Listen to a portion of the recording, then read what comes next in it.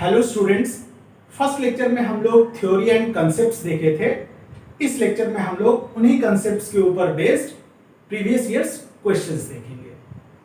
तुम लोगों का काम है कि वीडियो पॉज करो, क्वेश्चंस पढ़ो एंड सॉल्व करने की कोशिश करो। बन गया तो बहुत अच्छी बात, नहीं बना तो मैं जो सोल्यूशन बताता हूं उसे देख लो। अच्छा, आखिरी बात कि अभी कंप्लीट क्वेश्चन लिखने की कॉपी में जरूरत है नहीं, क्योंकि अपने पास टाइम नहीं है, एग्जाम नजदीक है। तो बहुत हद तक तुम लोग कर सकते हो, तो प्रीवियस ईयर क्वेश्चंस का बुक ओपन कर लो और जो क्वेश्चंस कंप्लीट हो जाए उस पर टिक लगा दो। ठीक है, तो हम लोग स्टार्ट करते क्वेश्चन सॉल्व करना। क्या बोल रहा है ये क्वेश्चन? आईआईटी में भी आया हुआ है 1999। बहुत से क्वेश्चंस जो आईआईटी में आ चुके होते हैं उसे नीट और जेईई में रिपीट कर देता है। तो नीट में भी आ चुका है 2017 में और यूपी स्टेट के एंट्रेंस में भी आ चुका है 2003 में। तो बहुत अच्छा क्वेश्चन। लास्ट लेक्चर में जो हम लोग एकमात्र इंपॉर्टेंट फॉर्मूला पढ़े थे, होप कि तुम लोग याद कर लिए हो। Internal energy is equal to number of moles times F times half RT. ठीक, उसी एकमात्र फॉर्मूले पे बेस्ड हम लोग खूब सारे क्वेश्चंस आज देखेंगे। ठीक है, तो ये है, बोल रहे हैं gas mixture consist of 2 moles of oxygen. कोई एक कंटेनर है जिसमें 2 मोल्स ऑक्सीजन है, ठीक, एंड 4 मोल्स आर्गन है। ठीक है, 4 मोल्स आर्गन और टेम्परेचर है T। Neglecting all vibrational modes, the total internal energy of system is। तो ये टेम्परेचर कुछ ऐसा है कि वाइब्रेशनल एनर्जी है नहीं। ठीक है, तो इंटरनल एनर्जी पूछ रहा है, तो internal energy of whole system is internal energy of O2 plus internal energy of argon. और लास्ट लेक्चर में एकमात्र इंपॉर्टेंट फॉर्मूला क्या पढ़े थे इंटरनल एनर्जी का? NF हाफ RT। NF half RT, number of moles of oxygen 2, degree of freedom of oxygen diatomic gas, degree of freedom is 5, half RT, number of moles of argon is 4, argon monoatomic gas, degree of freedom 3, half RT। Solve कर लो इसे, 2 2 cut, ये हुआ 5 RT plus ये 2, ये 6 RT। 6 RT and 5 RT is 11 RT। और ये है अपना ऑप्शन डी। नेक्स्ट क्वेश्चन अपने पास है कि दो गैस है CO and N2 same temperature पे, have kinetic energies E1 and E2। दो कंटेनर हो सकते हैं, एक में CO एक में N2, टेम्परेचर सेम। मोल्स के ऊपर कोई कमेंट नहीं किया हुआ, तो हम लोग इक्वल एज्यूम कर लेंगे। तो kinetic energies E1 and E2 है, रिलेशनशिप क्या है? बहुत लोगों को आंसर पता भी चल गया होगा। ठीक, तो इंपॉर्टेंट है कि CO and N2 both are diatomic, और डाइएटमिक है तो दोनों का डिग्री ऑफ फ्रीडम 5। और इसकी काइनेटिक एनर्जीज लिखो NF हाफ RT, और इसकी भी काइनेटिक इंटरनल एनर्जी जो कि प्योरली क्या होता है, काइनेटिक एनर्जी ही, गैस है, तो इसकी भी इंटरनल एनर्जी NF हाफ RT, degree of freedom 5, number of moles कुछ नहीं दिया तो हम लोग इक्वल मान लेंगे, और दोनों का टेम्परेचर T सेम, मतलब जो भी काइनेटिक एनर्जी है this is E1 and this is E2, और दोनों वैल्यूज क्या है, सेम। तो correct option is option number 1। Next question, ये भी सिंपल हो गया होगा बहुत लोगों से। Average kinetic energy of hydrogen molecules at 300 kelvin is E। Hydrogen molecules container में रखे हुए हैं और 300 केल्विन है, इसकी एनर्जी है E, ये H2 बोल रहा है एट द सेम टेम्परेचर। दूसरे कंटेनर का भी टेम्परेचर सेम है 300 केल्विन, एवरेज काइनेटिक एनर्जी, और इसमें है O2 मॉलिक्यूल्स। तो इसकी एनर्जी क्या होगी, इसकी एनर्जी E है तो इसकी एनर्जी क्या होगी। तो इंपॉर्टेंट क्या हिट करना चाहिए फर्स्ट लाइन कि बोथ आर डायटोमिक, डायटोमिक तो डिग्री ऑफ फ्रीडम 5 और internal energy degree of freedom पे डिपेंड करता ही है। अगर टेम्परेचर सेम रहे तो टेम्परेचर दोनों का same, degree of freedom same और मोल्स के ऊपर कोई कमेंट नहीं किया गया है तो हम लोग मोल्स भी इक्वल मानेंगे। तो दोनों की एनर्जीज क्या होगी, सेम। इसकी इंटरनल एनर्जी जो है वही सेम इंटरनल एनर्जी इसकी भी होगी। तो इसकी इंटरनल एनर्जी अगर E है तो ऑक्सीजन मॉलिक्यूल्स की भी इंटरनल एनर्जी क्या होगी, E। तो correct answer is option C. Question number 4 क्या बोल रहा है, a vessel contains a mixture of 1 mole of oxygen and 2 moles of nitrogen. एक वेसल है जिसमें 1 मोल ऑक्सीजन है and 2 moles nitrogen. Temperature 300 kelvin, same temperature. The ratio of average rotational kinetic energy. अच्छा, तुम्हें डिग्री ऑफ फ्रीडम बताते समय हम बताए थे कि रोटेशनल काइनेटिक एनर्जी है 2 टर्म्स, ट्रांसलेशनल काइनेटिक एनर्जी है 3 टर्म्स। ये इंपॉर्टेंट है, देखो उसका यूज आगे और क्वेश्चंस भी आ चुका है, ठीक है।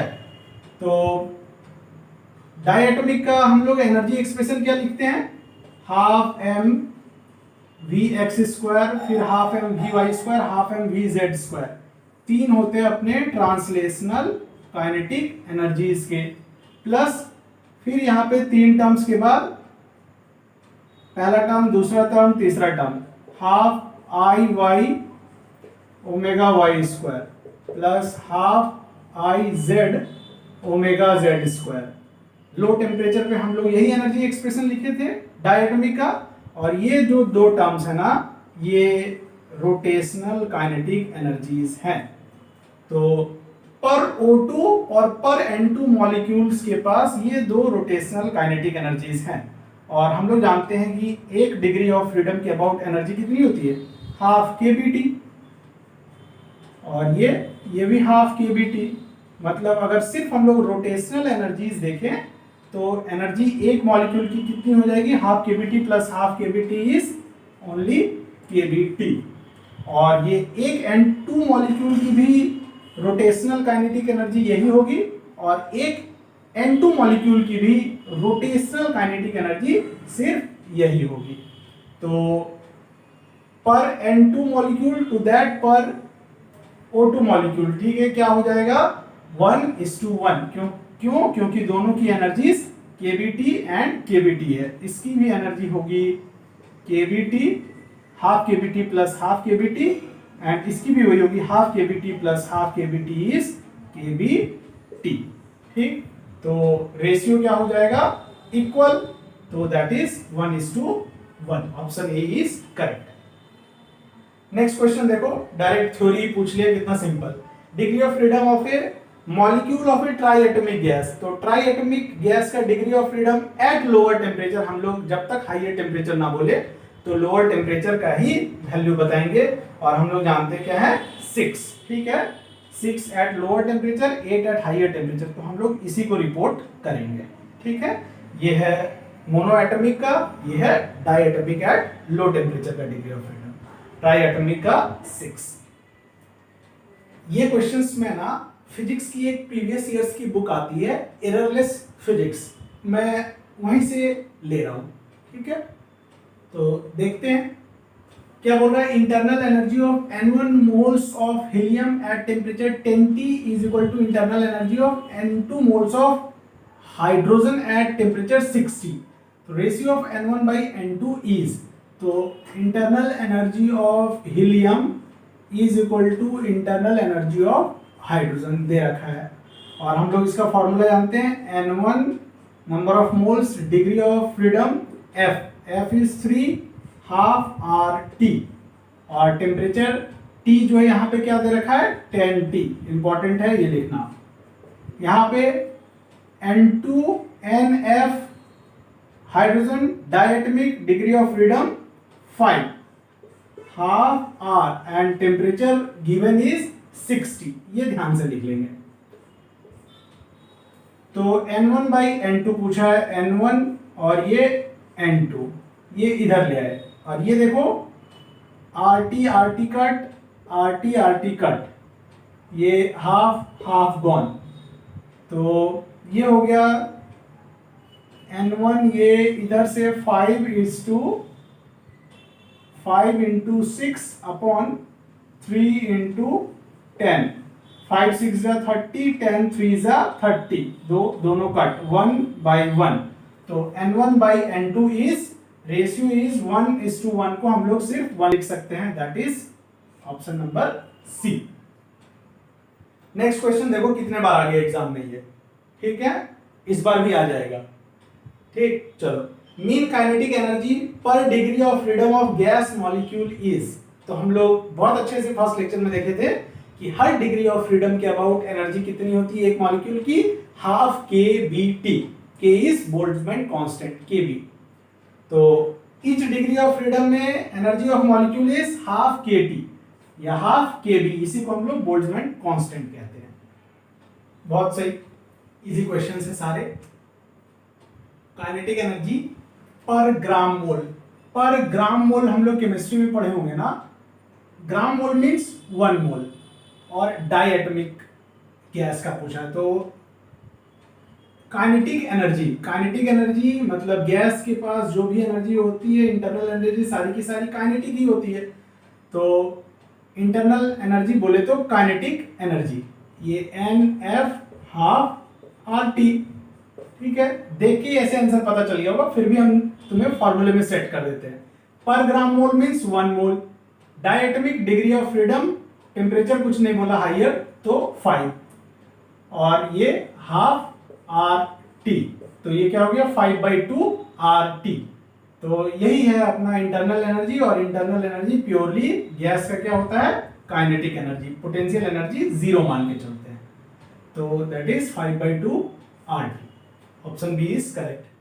Second, next question, the translational kinetic energy of a gas molecule for 1 mole of the gas is equal to, 1 mole के लिए ट्रांसलेशनल काइनेटिक एनर्जी पूछ रहा है, ठीक है, तो हम लोग किसी भी मॉलिक्यूल का एनर्जी लिखने जाते हैं तो हाफ mvx², हाफ mvy², तो पहले 3 होते हैं ट्रांसलेशनल काइनेटिक एनर्जीज, फिर होते हैं रोटेशनल काइनेटिक एनर्जीज, फिर वाइब्रेशनल, तो 1 मॉलिक्यूल का 1 डिग्री ऑफ फ्रीडम के अबाउट, 1 मॉलिक्यूल का 1 डिग्री ऑफ फ्रीडम के अबाउट होता है हाफ kT, लेकिन 1 मोल का 1 डिग्री ऑफ फ्रीडम के अबाउट होता है हाफ RT, और 3 टाइप के ट्रांसलेशनल काइनेटिक एनर्जीज रहेंगे, तो half RT plus half RT plus half RT 1 mole के लिए, तो ये हुआ 3 टाइम्स हाफ RT, तो answer is 3 times half RT, बोले तो 3/2 RT हो गया।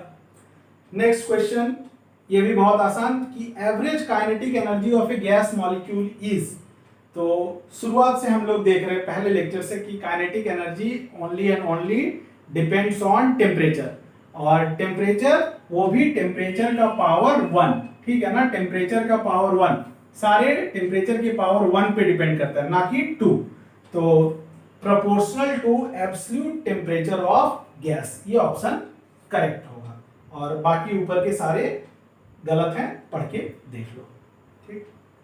ये भी क्वेश्चन सिंपल है, बस थोड़ा सा कैलकुलेशन है।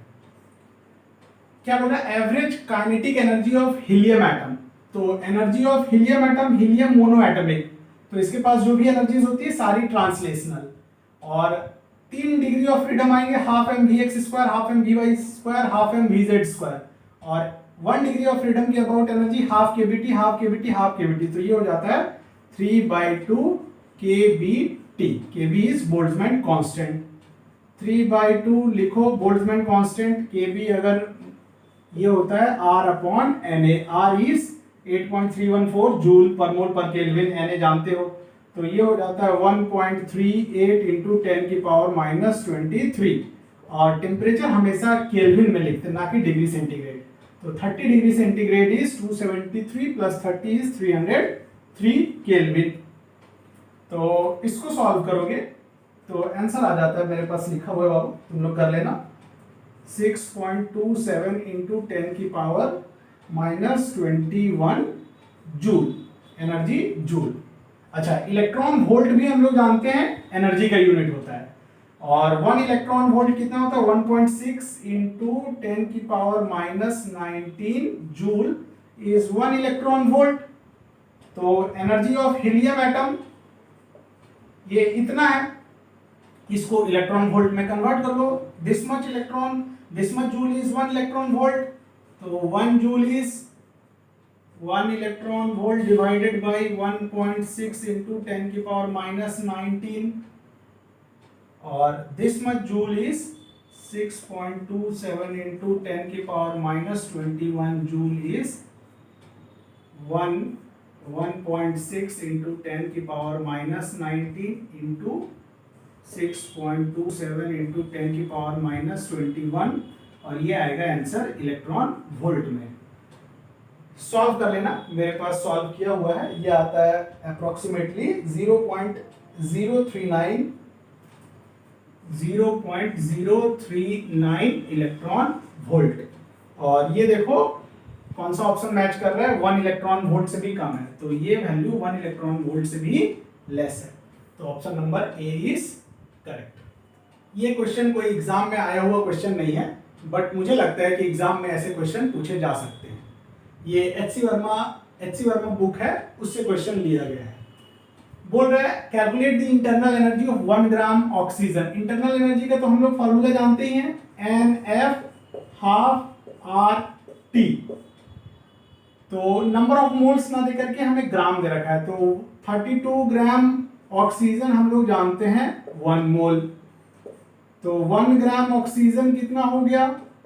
1/32 मोल। अच्छा, टेम्परेचर एसटीपी बोल रखा है, और एसटीपी हम लोग बोलते हैं 0 degree centigrade, that is 273 kelvin को केमिस्ट्री में पढ़ते हैं हम लोग। तो रख दो values. Number of moles is 1/32। Oxygen, तो degree of freedom is 5। Normal temperature है तो डिग्री ऑफ फ्रीडम ही 5। हाफ आर की वैल्यू हम लोग जानते हैं 8.314 जूल पर मोल पर केल्विन, और टेम्परेचर इज 273 केल्विन। ऑलवेज याद रखना कि हम लोग टेम्परेचर केल्विन में पुट करते हैं। और इसको सॉल्व कर लोगे, ये इंटरनल एनर्जी का यूनिट जूल ही होता है, तो इसको सॉल्व कर लो बाबू। मेरे पास सॉल्व किया हुआ तो पता है 177 जूल आएगा। 4 ऑप्शंस फ्रेम किए जा सकते हैं, क्या दिक्कत है, और आंसर हमें पता चल गया।